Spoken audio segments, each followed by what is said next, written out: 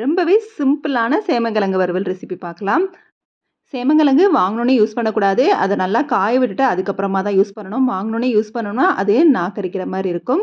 இப்ப கிழங்க நல்லா தோல் சீவி வாஷ் பண்ணி, கட் பண்ணி எடுத்து வச்சிருக்கிறேன். இந்த மாதிரி நல்லாவே மெல்லிசா கட் பண்ணிக்கங்க. சேமங்கிழங்க வச்சு எந்த ரெசிபி பண்ணணும்னாலும், ஃபர்ஸ்ட்டு சேமங்கிழங்க நல்லா உப்பு போட்டு தண்ணீல வேக வச்சுட்டு, அதுக்கப்புறமா எண்ணெயில போட்டு அரிச்சு எடுத்துட்டு, அதுக்கப்புறம் தான் சேமங்கிழங்க வச்சு எந்த ரெசிபினாலும் ட்ரை பண்ணணும். இல்லன்னா நாக்கரிக்கும். நான் இந்த மாதிரி வேக வச்சு எண்ணெயில போட்டு அரிச்சு எடுத்துட்டேன்.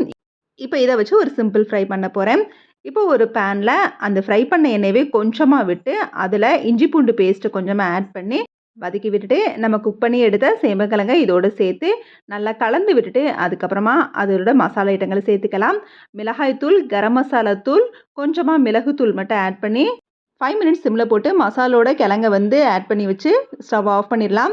இது கட் பண்றது, குக் பண்றதுன்னு எல்லாமே வேலை ஈஸியா முடிஞ்சிரும்.